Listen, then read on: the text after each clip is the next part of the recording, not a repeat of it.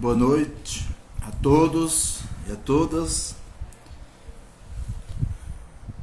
que já se encontram presentes, né? Boa noite a minha irmã Aldenora, a todos os que fazem o Centro Espírita 9 de Outubro. Estamos nessa noite dando início a mais um trabalho, a mais uma tarefa, a mais uma exposição doutrinária, dando sequência à programação desta casa, que tem como mentor espiritual o nobre espírito Djalma Montenegro de Farias. Que os bons espíritos nos auxiliem nessa tarefa. E dentro da programação Atividades na Casa Espírita, nós vamos conversar um pouco sobre a importância do estudo na Casa Espírita.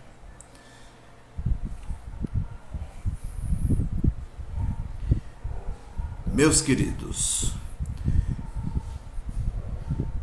elevemos o pensamento ao alto, mentalizemos o Mestre Jesus, vamos fazer a prece de início dos nossos trabalhos, do trabalho de hoje.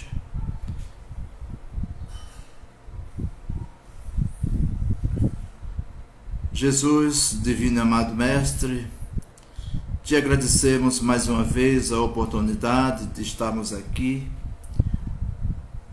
reunidos em teu nome, mesmo à distância, para darmos sequência ao estudo da tua doutrina. Que possamos receber o auxílio dos nossos amigos, dos nossos mentores espirituais, responsáveis pela divulgação dessa doutrina, para que possamos passar não aquilo que queremos passar, mas o que é necessário passar para todos os nossos irmãos, e que nós todos, podemos nos reconfortarmos, podemos obter informações, elucidações, possamos tirar nossas dúvidas, buscando o estudo dessa doutrina, que não é minha, que não é do Centro Espírita 9 de Outubro, mas é de Jesus, essa doutrina que é nossa, né? Essa doutrina que é do Mestre, que ele veio trazer para todos nós, o Consolador prometido, né? Que está em nosso meio para dirimir as nossas dúvidas, para nos elevar um pouco mais no conhecimento dos teus ensinos. Que a paz e o amor do Mestre amado Jesus possa se fazer presente durante todos os nossos trabalhos. Que Jesus envolva todos nós. E assim sendo, queridos irmãos, com esta prece, vamos dar boa noite a todos, que estão entrando aí conosco, ao nosso irmão Renato, aos demais que já estão presentes aí. E vamos assim trabalhar, vamos conversar, na verdade, um pouco sobre a importância do estudo na Casa Espírita. E nós começamos com a exortação do Espírito Verdade, ou do Espírito de Verdade, ou da Verdade, como queiram, que se encontra no Evangelho segundo o Espiritismo, quando ele diz: Espíritas, amai-vos, este é o primeiro ensinamento. Instruí-vos, este o segundo. Então nós vamos dizer que no cristianismo encontram-se todas as verdades. São de origem humana os erros que neles se enraizaram. O Espírito da Verdade, Paris, 1860. Está lá no Evangelho, no capítulo O Cristo Consolador.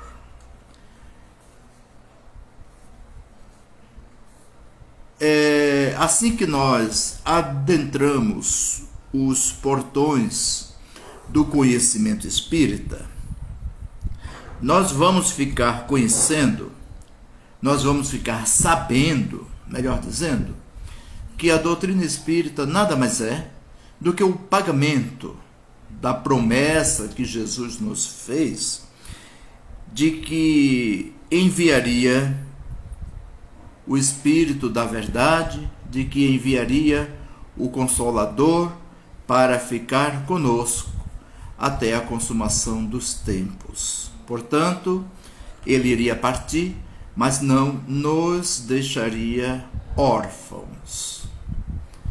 E nós ficamos imaginando, né? Por que Jesus não trouxe todos esses ensinamentos, todas essas verdades, enquanto esteve aqui conosco, né? Segundo historiadores, né?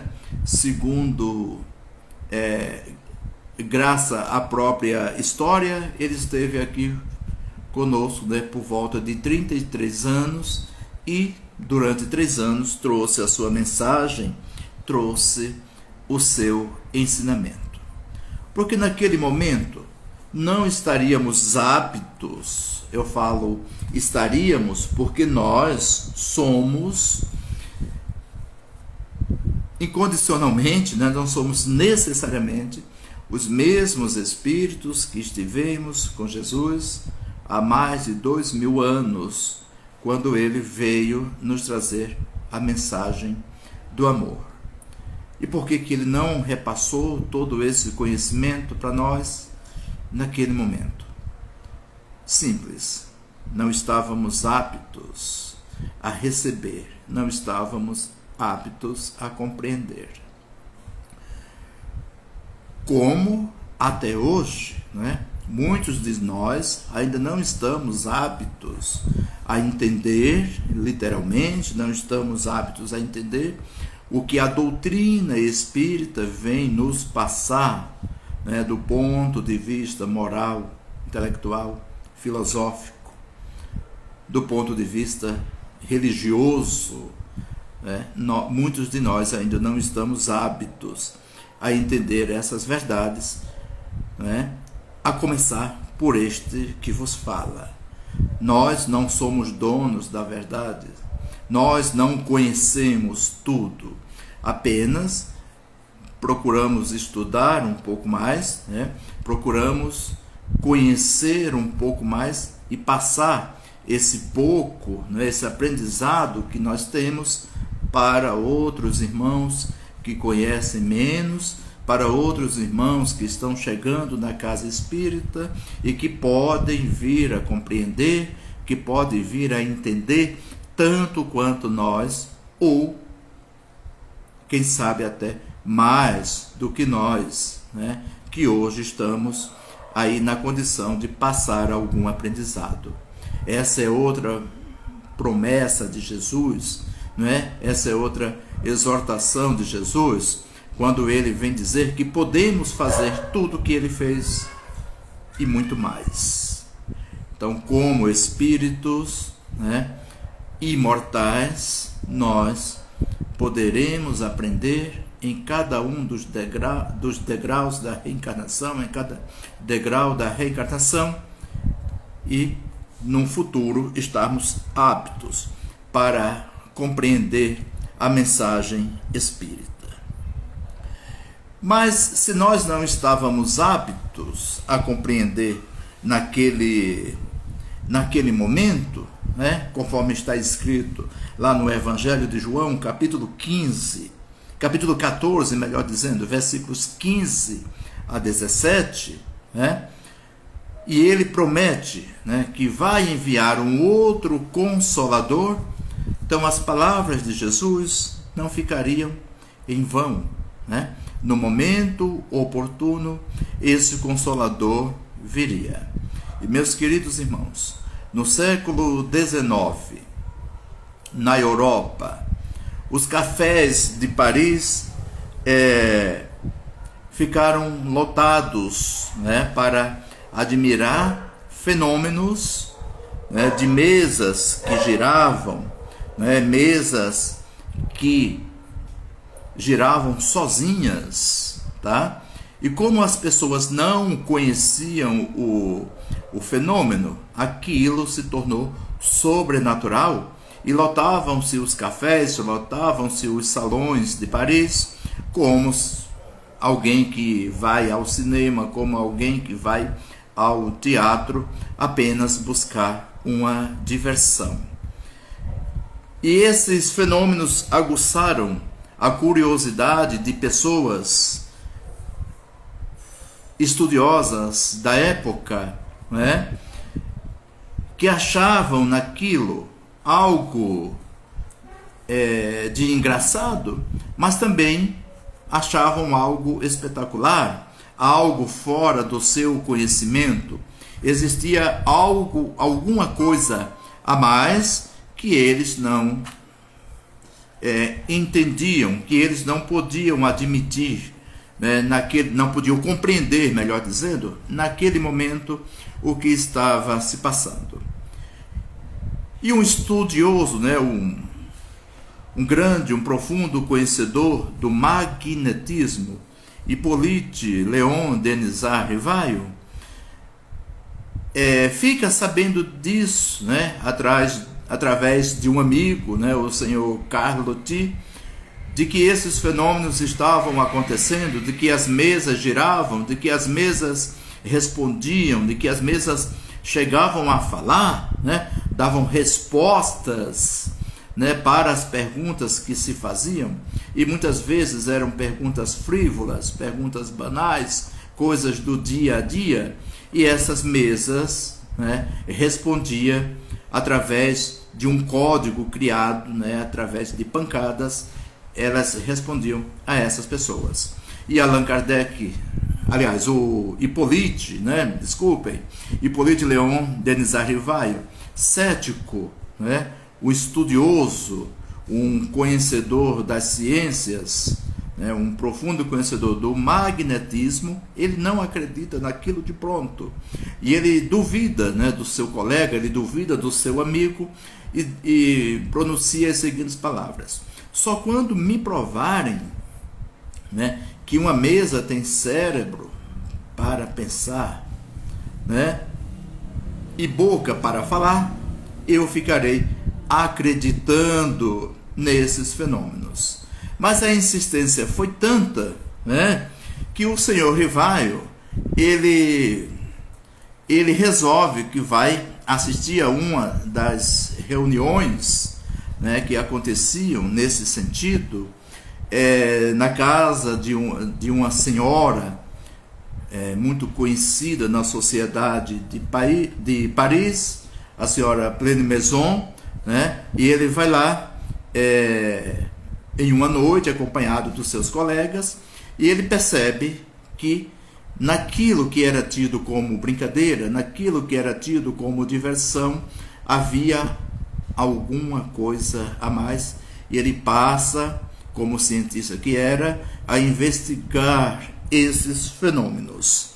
E ele chega à conclusão de que outra coisa não era do que os espíritos, né? Do que as pessoas que viveram conosco, que desencarnaram, né? Que desapareceram os seus corpos físicos, né? Mas que os espíritos continuavam vivos, né? Que estavam voltando, né? Para dizer que nós não morremos, nós apenas mudamos de lado, nós apenas vamos para uma outra esfera. A vida é única. A gente não consegue falar de doutrina espírita sem falar de reencarnação, né? A vida é única, mas as existências são várias. Então nós vamos voltar quantas vezes forem necessário até adquirirmos o conhecimento necessário, né? O conhecimento que nós temos, que nós precisamos ter, não só da doutrina dos espíritos, mas em todas as áreas do conhecimento. E por que não, não é? dessa doutrina, que sem ter nada de sobrenatural, sem ter nada de maravilhoso, não é? Do ponto de vista de outras doutrinas que nós respeitamos, né? Mas ela chega a ser uma doutrina maravilhosa no sentido do esclarecimento, no sentido de tirar as nossas dúvidas, de dizer que nós não morremos jamais. Chega-se a dizer que a doutrina dos Espíritos matou a morte, né? E nós dizemos, né, que a morte não existe, né? Que o que existe é uma transformação, né? É uma transmigração da alma, uma hora no corpo físico, outra hora no corpo espiritual, no corpo perispiritual, né? Para buscarmos novos conhecimentos. Mas para conhecermos a doutrina espírita, precisamos estar encarnados, precisamos estar aqui nesse planeta de expiação e prova, ou em qualquer um outro planeta, né? Pois os espíritos não reencarnam somente no planeta Terra, né? Outros planetas também recebem outras formas de vida, não necessariamente tem que ter um corpo físico igual ao nosso, uma vida física igual à nossa, mas as reencarnações existem também, na pluralidade das existências, existem também em outros planetas, tá? Ok, os espíritos poderiam fazer isso lá, os espíritos superiores poderiam fazer isso no plano espiritual, sem que nós precisássemos reencarnar. Mas, gente, nós precisamos fazer a prova. E lá no plano espiritual, tá? Tudo é bonzinho. Lá no plano espiritual, olha que coisa linda, nós somos espíritos, nós não temos um corpo físico. Então, nós temos o aprendizado lá. André Luiz não cansa de trazer para nós os aprendizados que nós temos lá no mundo espiritual. Mas na hora de fazer a prova, nós precisamos reencarnar e precisamos, né, a maioria de nós, voltarmos ao planeta Terra, porque é aqui que nós vamos estar lado a lado com outros irmãos, né, que foram nossos conhecidos, né, foram nossos amigos, ou foram nossos rivais de outras encarnações, e aqui a gente vai fazer a prova. É como aquele aluno que está num educandário e em determinado, o professor vai ensinando, e em determinado momento ele precisa passar por um teste, ele precisa fazer a prova para poder alcançar um outro degrau, né, e passar para uma outra série, para ir subindo, né, para ir crescendo. É por isso que nós precisamos reencarnar. Mas, meus irmãos, Allan Kardec, não vamos chamá-lo de Kardec, vamos chamá-lo de professor Rivaio, continuou estudando, pesquisando, né? E ele viu e ele recebeu de diversos médiuns, né? de diversas famílias que já faziam essas reuniões nas suas casas, diversas questões, diversos cadernos, né, de perguntas e respostas que se fazia à mesa através daquele código, né, de pancadas, e as mesas respondiam, né, e ele viu que tinha alguma coisa de sério ali.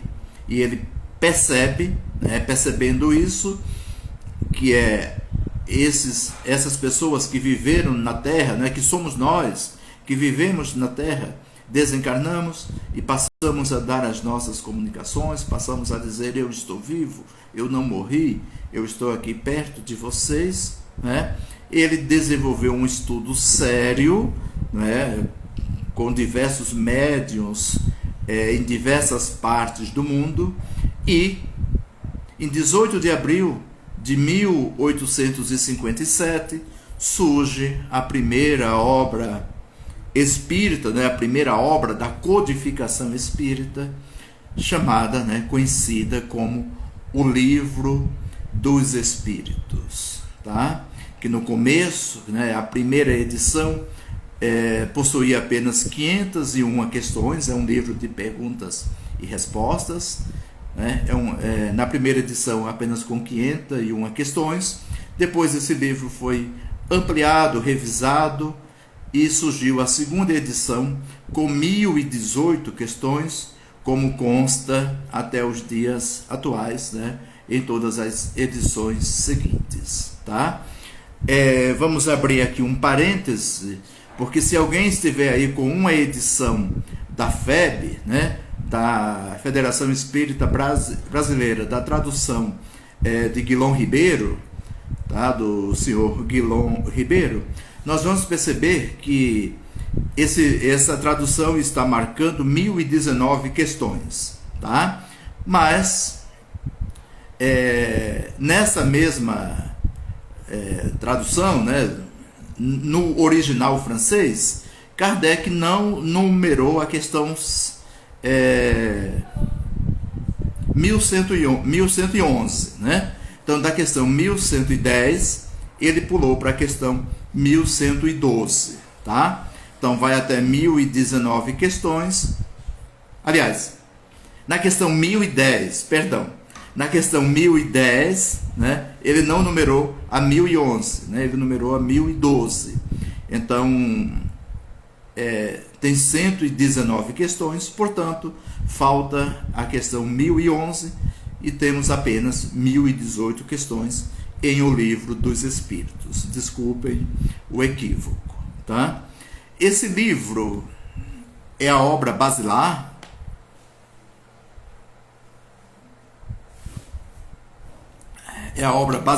da doutrina espírita. Então, Kardec já se utiliza aí do pseudônimo, né?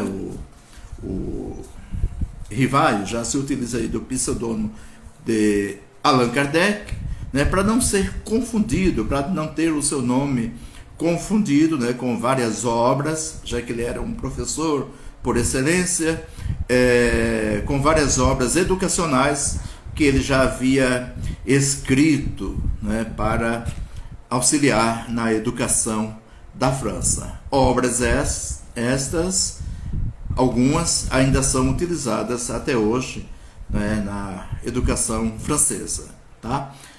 Então ele foi informado, né, que em uma de suas encarnações, na época dos druidas, ele teria recebido o nome de Allan Kardec. Então ele coloca aí, né, ele toma posse desse pseudônimo e começa a assinar as obras espíritas com o pseudônimo de Allan Kardec, tá? Como nós conhecemos até hoje, né, o nosso querido Allan Kardec. O Livro dos Espíritos não é simplesmente um livro qualquer, tá? Nós podemos dizer que é um verdadeiro tratado filosófico, pois esse livro aborda todos os temas, né, filosóficos que nós temos dúvidas. Esse livro, ele elucida as nossas dúvidas, como de onde eu vim, para onde eu vou, quem sou eu, o que eu estou fazendo aqui na Terra, né? Então, se nós estudarmos essa obra, é uma obra para estudar, tá? Não é uma obra simplesmente para ler. Nós precisamos estudar de fato o Livro dos Espíritos, esse tratado filosófico, e ao chegar na questão 1019, né, nós vamos ter tirado essas dúvidas, eu acredito. Se não, nós precisamos voltar a estudá-lo, né, com mais tranquilidade, prestando mais atenção, né, para que nós possamos compreender. Mas esse livro, com 4 partes, ele dá origem há 4 obras, né, que seriam escritas depois por Allan Kardec, tá? Então, a segunda parte de O Livro dos Espíritos, ele dá origem ao Livro dos Médiuns, né? Costumamos dizer que é a parte científica da doutrina espírita, onde nós vamos estudar, né, os diversos tipos de mediunidade, os diversos tipos de espíritos, vamos conhecer as diversas comunicações que são trazidas para nós, né, através dos espíritos, daquela obra magnífica também, que é a continuação, há até quem diga que é o Livro dos Espíritos 2, tá? Nós dizemos, sim, que é a parte científica da doutrina, né, que trata da mediunidade, e ele chegou ao nosso conhecimento, né? Kardec trouxe esse livro para nós, publicou esse livro em 1861, tá? Então, o primeiro Livro dos Espíritos, né, onde ele faz um apanhado geral, e depois ele vai esmiuçar o Livro dos Espíritos, né, ele vai trazer outras obras com base em cada uma das partes do Livro dos Espíritos. Então, a terceira parte, né, das leis morais vem falar para nós, vem trazer para nós a questão moral, a parte moral da vida do Cristo. Ele pega ali os evangelhos canônicos, né, os evangelhos que estão no Novo Testamento, e traz apenas a parte moral. Porque outras partes da vida do Cristo, muitas pessoas já escreveram. O próprio Evangelho, o Novo Testamento, é bastante elucidativo, bastante esclarecedor. Então, para a doutrina dos Espíritos, Kardec deu preferência, né, à parte moral. E esse livro chegou para nós, foi publicado em abril de 1864, né? Surgiu a primeira edição como imitação de O Evangelho segundo o Espiritismo, e depois passou a ser apenas o Evangelho segundo o Espiritismo. Era a imitação do Evangelho apenas, tá? A quarta parte, melhor dizendo, né, das esperanças e consolações, trouxe, né, deu origem ao livro O Céu e o Inferno, ou A Justiça Divina segundo o Espiritismo, e foi publicado em 1865. Um livro bastante interessante, né, para nós que queremos conhecer a doutrina espírita.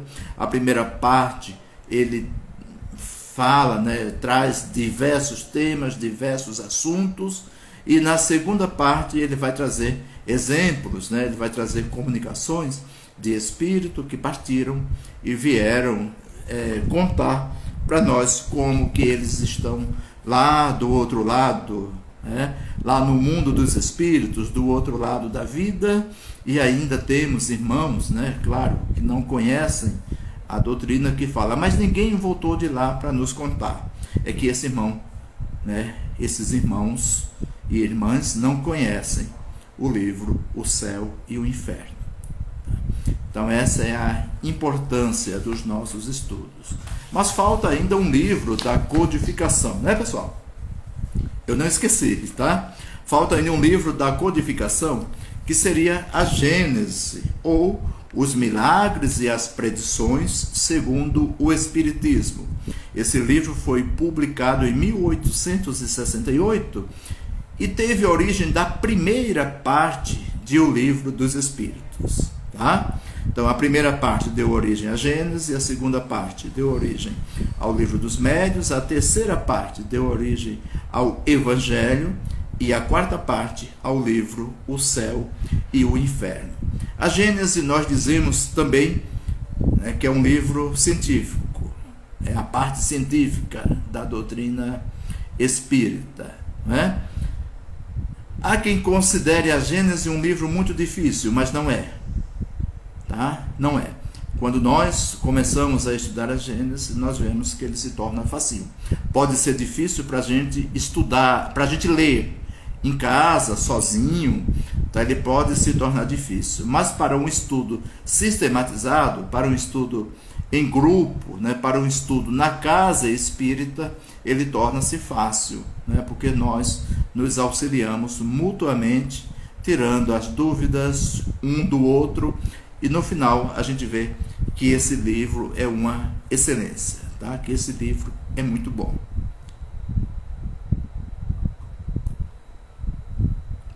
Assim como todas as outras obras espíritas, né?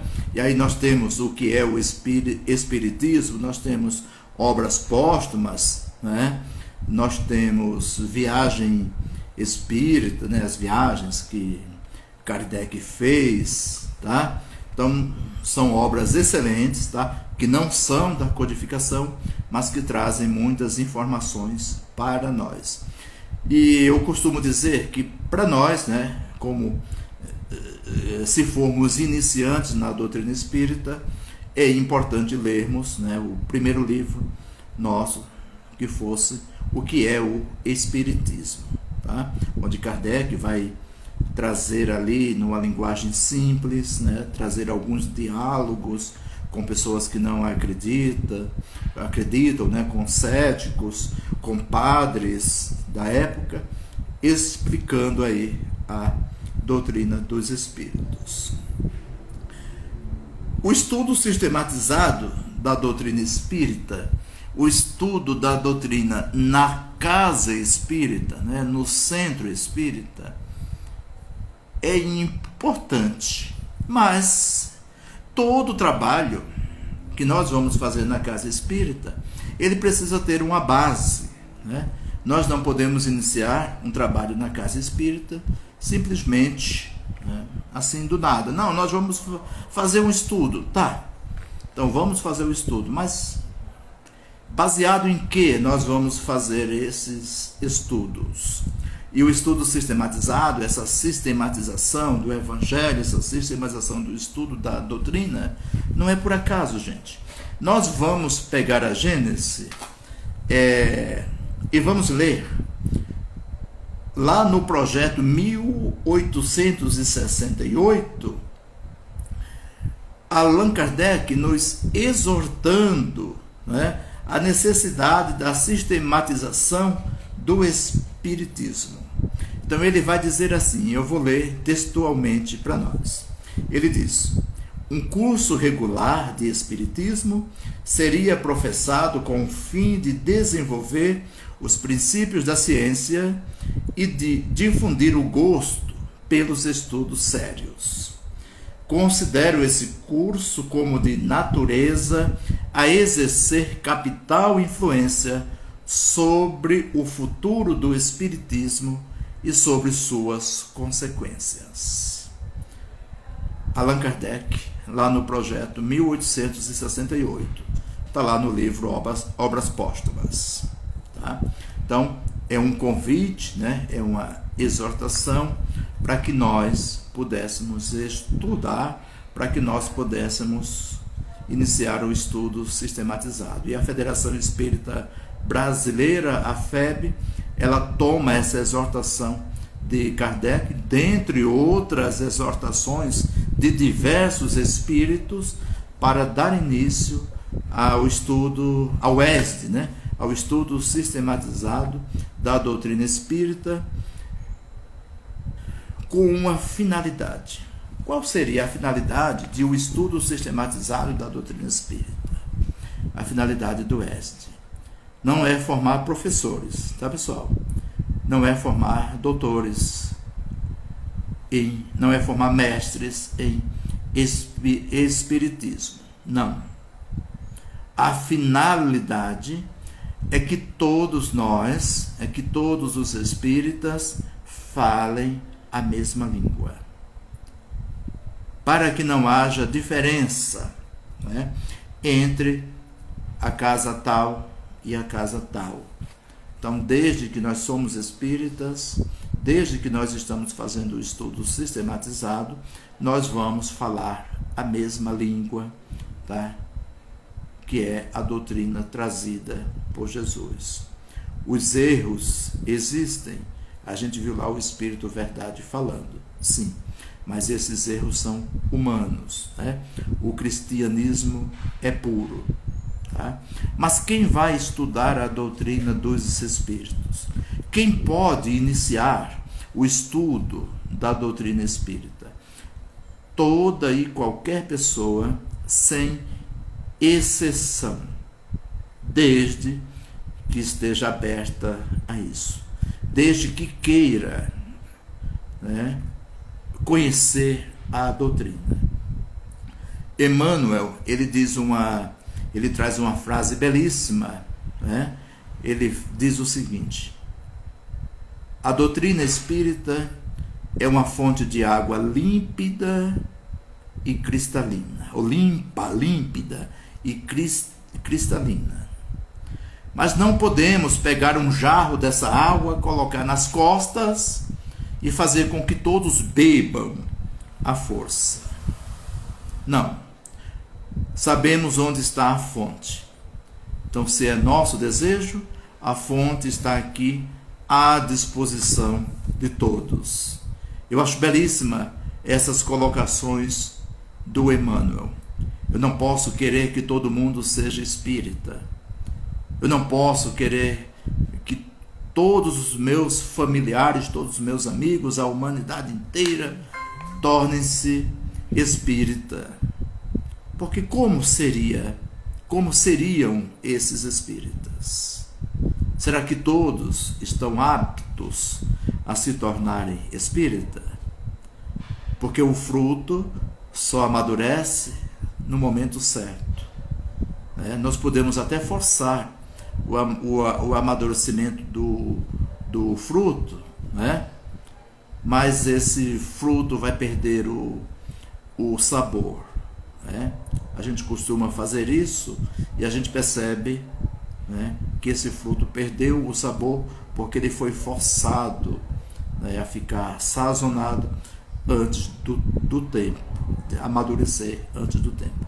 O mesmo acontece com aqueles que querem conhecer a doutrina dos Espíritos, com aqueles que querem conhecer o cristianismo, independente da religião, independente de onde estejamos, né? Independente da doutrina. Pessoal, continuando aqui, nós vamos falar um pouquinho da proposta fundamental, não é, de Kardec, de uma proposta fundamental que nós temos para o estudo da doutrina espírita. Eu vou ler aqui um outro texto na íntegra, porque eu acho belíssimo, tá? Então ele diz assim: uma das exortações feitas pelo Consolador, ou Espírito de Verdade, obrigado, Aldenora, ou Espírito de Verdade, durante suas revelações a Kardec, destacamos no início, né, da nossa conversa. Isso aqui foi eu que escrevi, tá, pessoal? Pedindo-nos eles que nos amássemos e nos instruíssemos.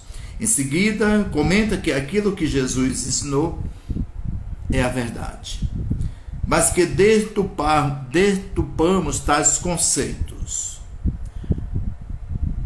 Aí eu peguei uma frase que eu encontrei num trabalho de um irmão de uma casa espírita na internet e complementei aqui, tendo como resultado o que vimos ao longo da nossa própria história. Da nossa própria história, não é da minha história, não é da sua história, da nossa própria história. Ou seja, devido à falta de amor e de estudo, o cristão adulterou o cristianismo, causando imensos prejuízos à humanidade. Olha, o cristão adulterou o cristianismo, ou seja, fizeram do cristianismo o que quiseram, fizeram do cristianismo o que quiseram e deu no que deu, né? Hoje nós vemos várias instituições, várias casas religiosas dizendo-se verdadeira, né? Nós somos cristãos, nós somos os verdadeiros cristãos, nós somos os detentores da verdade, né? Eu sou cristão, o outro não é, tá? Então, gente, que cristianismo é esse? Que nós estamos brigando, né, para ver quem é melhor. Então, os homens fizeram do cristianismo o que não deveriam ter feito. Deturparam, adulteraram a doutrina cristã. E Allan Kardec, na Revista Espírita, ele diz o seguinte: o espiritismo será o que dele fizeram os homens. O espiritismo será o que dele fizeram os homens. Então nós precisamos fazer o melhor, né, com base na codificação espírita, na codificação kardeciana, para que esse espiritismo que nós estamos vivenciando não seja o melhor, mas seja o único, tá? Porque nós não podemos viver, né, com espiritismos. O espiritismo é único. Então, quando eu tenho um espiritismo e a outra pessoa professa um outro espiritismo, tem alguma coisa errada aí. Nós precisamos chegar a um consenso, nós precisamos chegar a uma conclusão, porque a doutrina espírita não pode ser dúbia. Não podemos trazer dúvidas, nem ela pode ser várias doutrinas, tá? Ela tem que ser a doutrina espírita, seja lá onde for, em Recife, em Pernambuco, aqui em São Paulo, tá? No exterior, em Paris, na França, na Suíça, onde quer que tenha um centro espírita, precisa ser o espiritismo.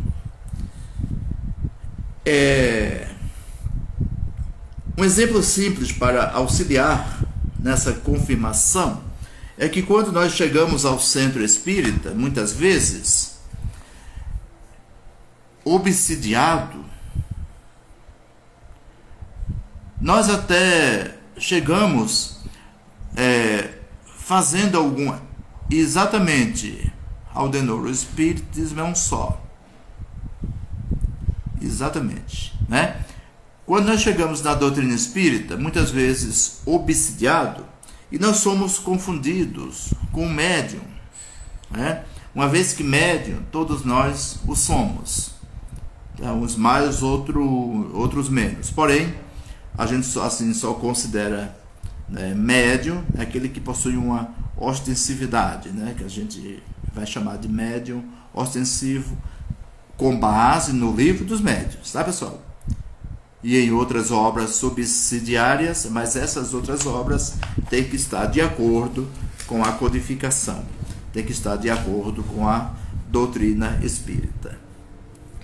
E será que, em chegando esse irmão na nossa casa, nós vamos colocá-lo de pronto numa mesa mediúnica, numa reunião mediúnica, para que ele possa dar passividade, para que ele possa dar comunicação?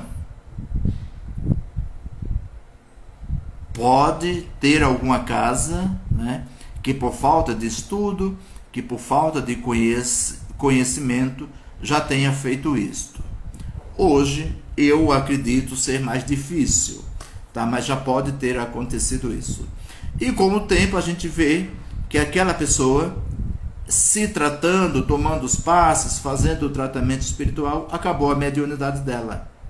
Então, outra coisa não era do que uma obsessão. Então, o que é que temos que fazer com esses irmãos? Praticar a caridade, sim, recebê-lo na nossa casa, fazer o tratamento espiritual e encaminhá-lo aos estudos da casa, né? Ao estudo mediúnico, principalmente, as instruções mediúnicas, principalmente, e ao estudo da doutrina como um todo, principalmente o Evangelho. Gente, nós estamos doutrinando essa pessoa, estamos catequizando essa pessoa para que ela se torne espírita? Jamais. Jamais. Porque só fica na casa espírita quem quer. Tá? Ninguém vai ficar na casa espírita, ninguém vai se tornar espírita porque fez um estudo, porque fez um tratamento. Jamais. Mas, se a pessoa percebe que se encontrou ali, que é o que ela estava procurando, então, nada obsta, né, de que ela permaneça conosco. Então, nós precisamos ter certeza, né, da mediunidade desse irmão. Nós precisamos ter certeza de um processo obsessivo pelo qual esse nosso irmão está passando. Nós precisamos praticar a caridade, né? Nós precisamos amar. E o amor, né, o verdadeiro amor, ele educa. O verdadeiro amor promove autonomia, amadurecimento, mas precisa da razão como uma bússola.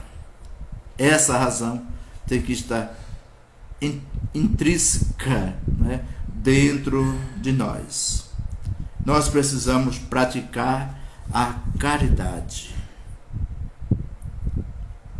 Mas não falou que era estudos na casa espírita? Sim, mas dentro do estudo também vai entrar o amor, né? Vai entrar a caridade.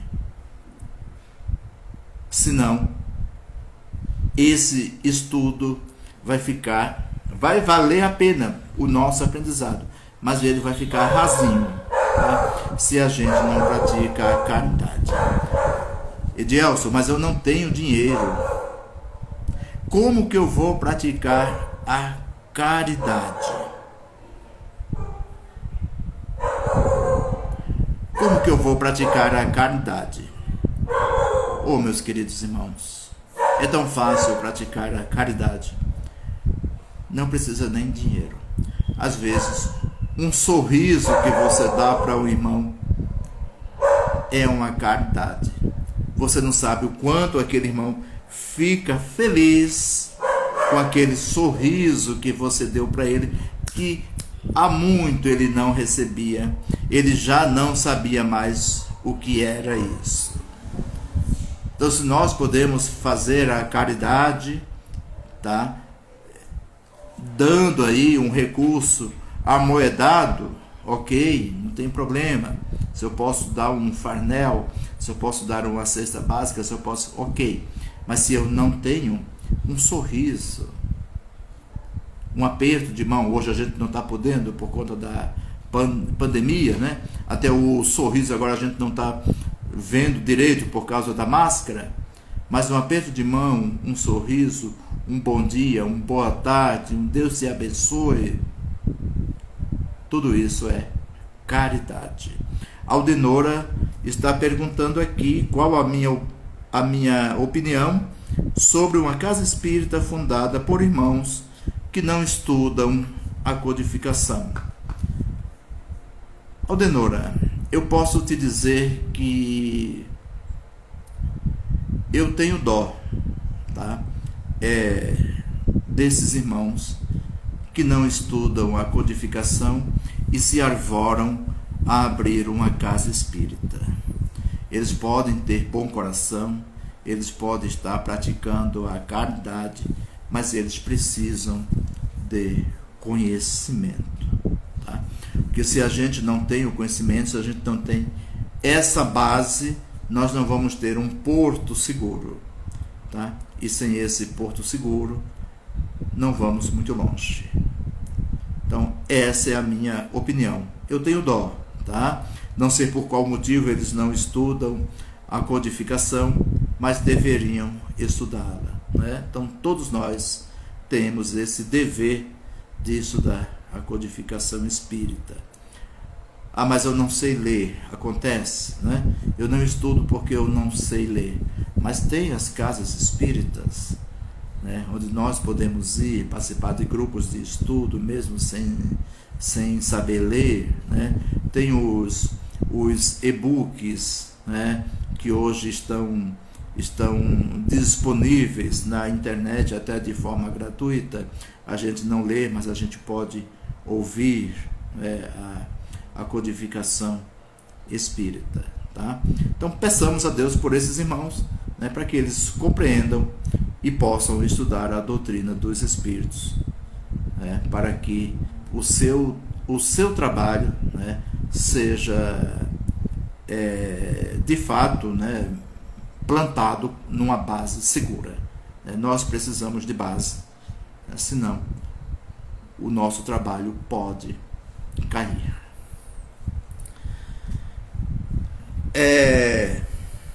Desenvolver e praticar a caridade é um exercício de inteligência aliada ao amor. Eu estou aqui olhando a hora porque eu falo demais, tá?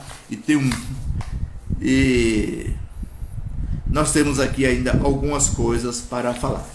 Então, como nós estamos falando de estudo, nós vamos fazer a seguinte pergunta: o que estudar? O que eu vou estudar na casa espírita?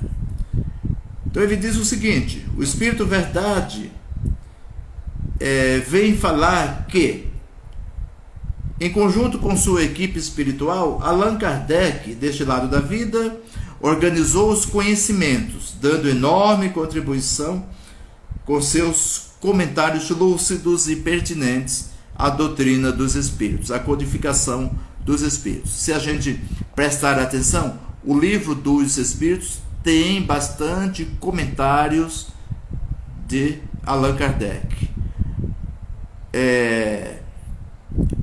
O livro dos médiuns, bastante comentários do próprio Allan Kardec. E assim nas outras obras da doutrina espírita, né? Principalmente no livro do Evangelho, tá? A terceira obra. Quando o texto não é de um espírito, tá? É do próprio Allan Kardec que está colocando ali. O André Luiz ele vem dizer o seguinte: consagrar diariamente alguns minutos à leitura de obras edificantes, esquecendo os livros de natureza inferior e preferindo, acima de tudo, os que, por alimento da própria alma, vestem temas fundamentais da doutrina espírita: luz ausente, treva presente. Digerir primeiramente as obras da codificação, as obras fundamentais, para entrar em seguida nos setores práticos, tá? Como a série A Vida no Mundo Espiritual, né, de André Luiz, que ajuda muito a entender o plano espiritual. Como estudar? Gente, eu já falei no começo da nossa conversa, né, da nossa explanação, estudar em casa sozinho é difícil, tá? Mas estudar na casa espírita, sistematizar esse estudo, fica mais fácil, né? Porque nós tiramos dúvidas um do outro, né? Nós elucidamos as dúvidas um do outro. Então, sempre que possível, procurar fazer um estudo sistematizado, um estudo em grupo, de uma obra espírita, do próprio Wesley, do Evangelho, né? Tem aquele livro, Roteiro Sistematizado, né, para o estudo do Evangelho, tá? E, muito importante, a prática do Evangelho no lar, tá? Muito importante a prática do Evangelho no lar. Pelo menos uma vez por semana, né, trazer o Evangelho no lar, colocar lá um copinho com água para fluidificar, tá? Aí vem uma leitura edificante, comentários, tá? E uma prece, né, inicial e uma prece final, né? Não precisa mais de 30 minutos para esse estudo do Evangelho no lar, que é muito gratificante. Todos os dias nós podemos ler um pouco, tirar pelo menos 40 minutos por dia para ler um pouco de uma obra da doutrina espírita, de uma obra da própria Bíblia, né, do Novo Testamento, tá? A gente recomenda, né, o Novo Testamento por ter uma linguagem mais fácil, mais acessível, tá? E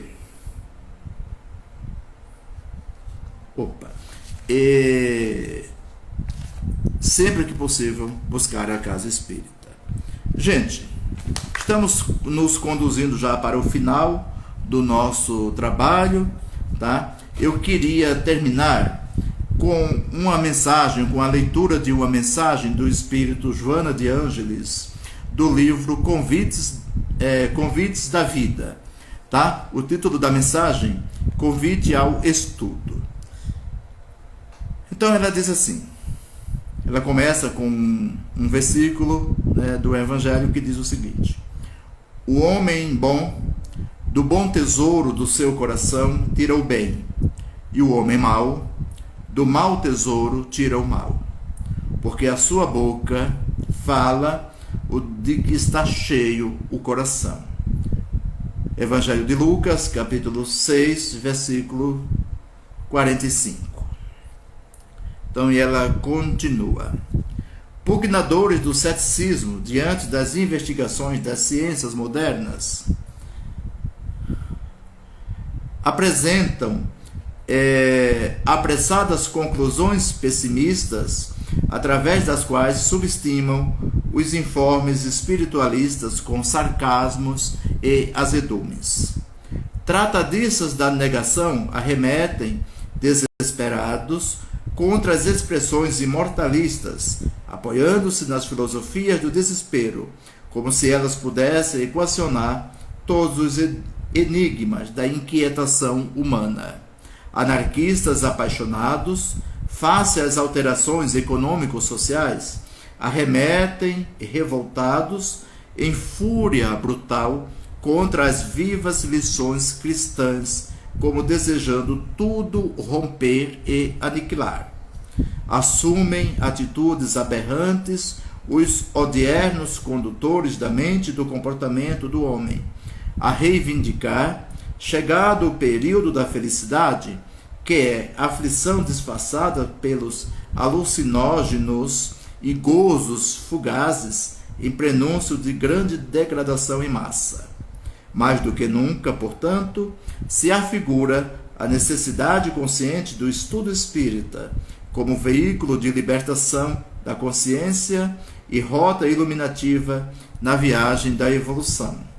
O estudo espírita conduz o discípulo ao esclarecimento, que é base de segurança, condição precípua à paz.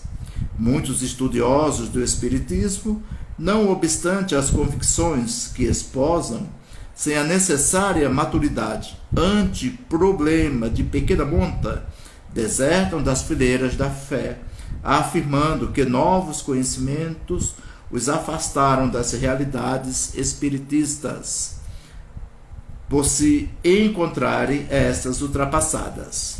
A doutrina espírita, no entanto, portadora das informações que oferecem segurança e harmonia íntima, requer demorado estudo e bem estruturada reflexão para melhor assimilada e mais facilmente vivida. Aprofunda, por tua vez, o pensamento no estudo da revelação kardeciana, reservando algum tempo do dia, cada semana, ao estudo frequente, a fim de impregnar-te da convicção e da renovação indispensáveis à preservação do patrimônio espiritual com o qual despertarás além da vida orgânica. Examina o conhecimento geral à luz do Espiritismo e assimilarás melhor as consequências dos dias modernos, despertando em definitivo para a vida melhor, curado das mazelas antigas, fixadas no espírito, despertando, e assim ascenderás além e acima das vicissitudes. Outro não foi o título exigido por Jesus, senão o de mestre, fazendo-nos discípulos permanentes ante o sublime livro da vida. Da mesma forma, a fim de poder ministrar a lição clarificadora do Espiritismo à humanidade, Kardec fez-se professor para ajudar-nos a estudar e a refletir as sagradas lições do dever e da caridade, que são as metas para a nossa real liberação. Mensagem do livro Convites da Vida, psicografia de Divaldo Pereira Franco, pelo Espírito Joana de Ângeles. Caríssimos irmãos, muito obrigado pela presença de todos que estiveram nos ouvindo nesta noite. Agradecemos a oportunidade de trabalho, que nos dá mais uma vez o Centro Espírita 9 de outubro, e peçamos a Deus para continuarmos nessa tarefa árdua, porém uma tarefa bastante agradável. Elevemos o pensamento ao alto, mentalizemos o Mestre Jesus, vamos fazer a prece de agradecimento. Senhor Jesus, divino e amado Mestre, te agradecemos, Mestre amado, pela oportunidade desta noite, podermos colaborar com a divulgação da tua doutrina, que os nossos irmãos, encarnados e desencarnados, possam assimilar os conhecimentos à luz da codificação espírita, para assim dirimir as suas dúvidas, tirarem as suas dúvidas e alcançar aquilo que almejam. Que a paz e o amor do Mestre amado Jesus envolvam todos que fazem essa casa de oração e trabalho, e que possamos continuar sempre apostos para novos desafios que surgirem na casa espírita. Que a paz e o amor do Mestre Jesus envolvam a todos, hoje, agora e para sempre. Muita paz. Muito obrigado, queridos irmãos, e até a próxima oportunidade. Boa noite.